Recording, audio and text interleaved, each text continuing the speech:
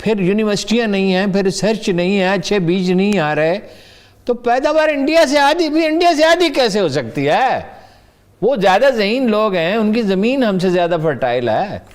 बिजली वहां पे मिलती है 1.45 मिनिमम, जबकि पाकिस्तान में वही मिलती है 2 रुपए से 28 रुपए।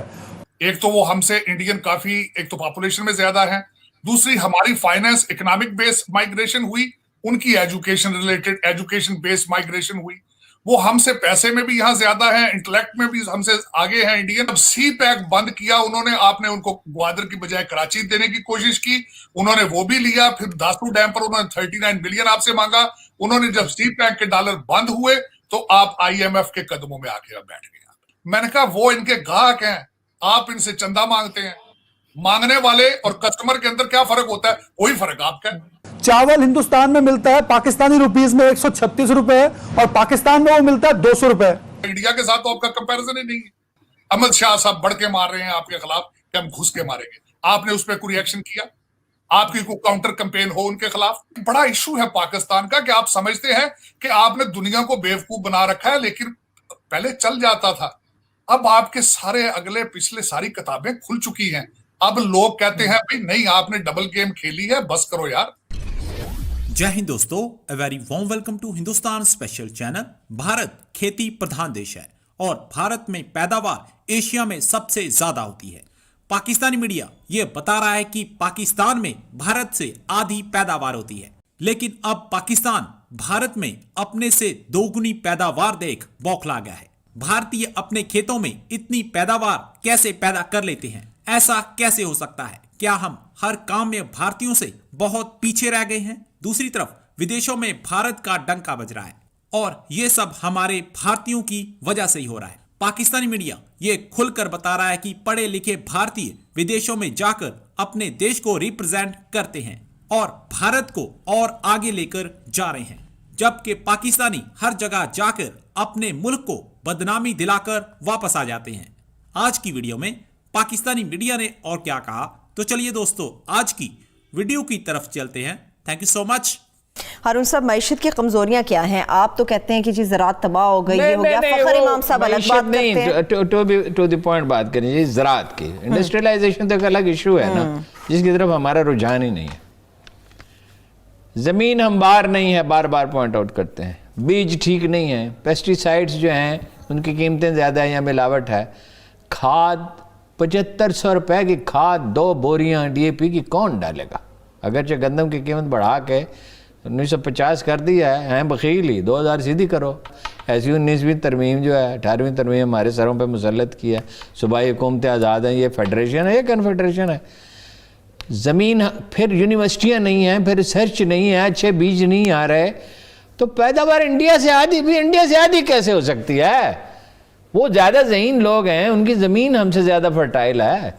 तो फ़खर इमाम साहब की बात जो कही वो तो खैर उसमें तो तसल्ली का पहलू है, लॉन्ग टर्म भी तो कुछ करें। सही। यहाँ पे Indian diaspora is very active.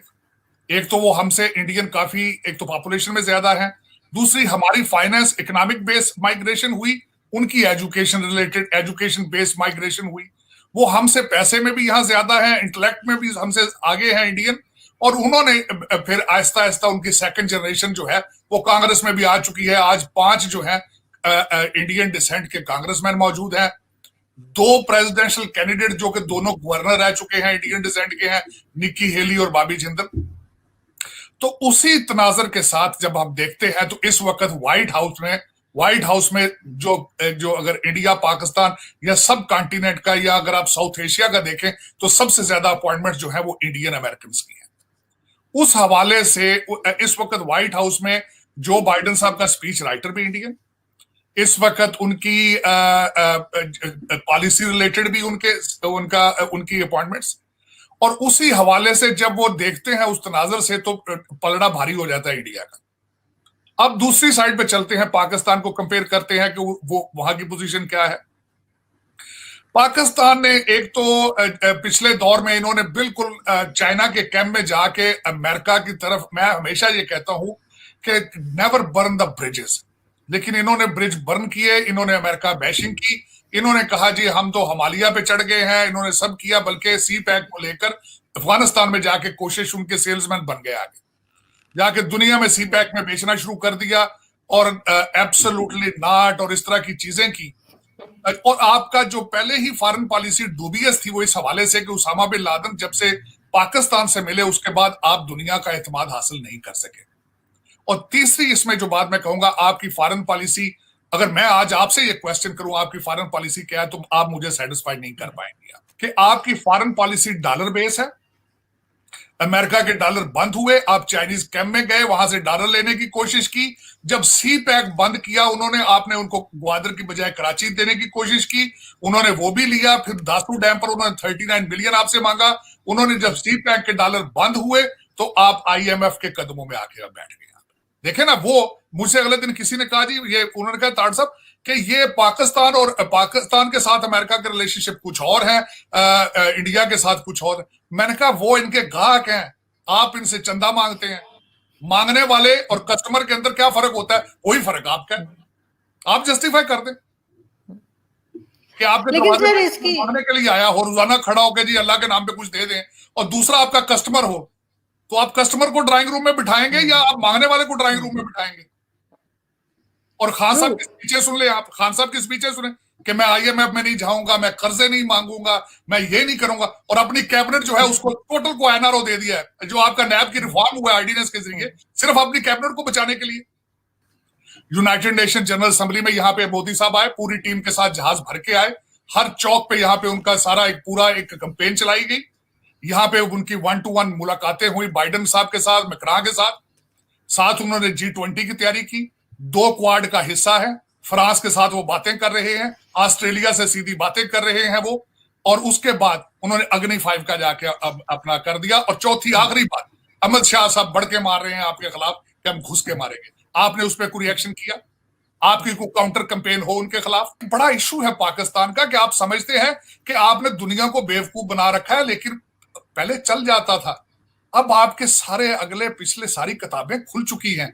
अब लोग कहते हैं भाई नहीं, आपने डबल गेम खेली है, बस करो यार। हिंदुस्तान में जो उजरत मिलती है वो है 36,500 रुपए, पाकिस्तान में वो 20,000 है। आटा जो है वो हिंदुस्तान में मिलता है पाकिस्तानी रुपयों में 57 रुपए, जबकि पाकिस्तान में वो मिलता है 75 रुपए।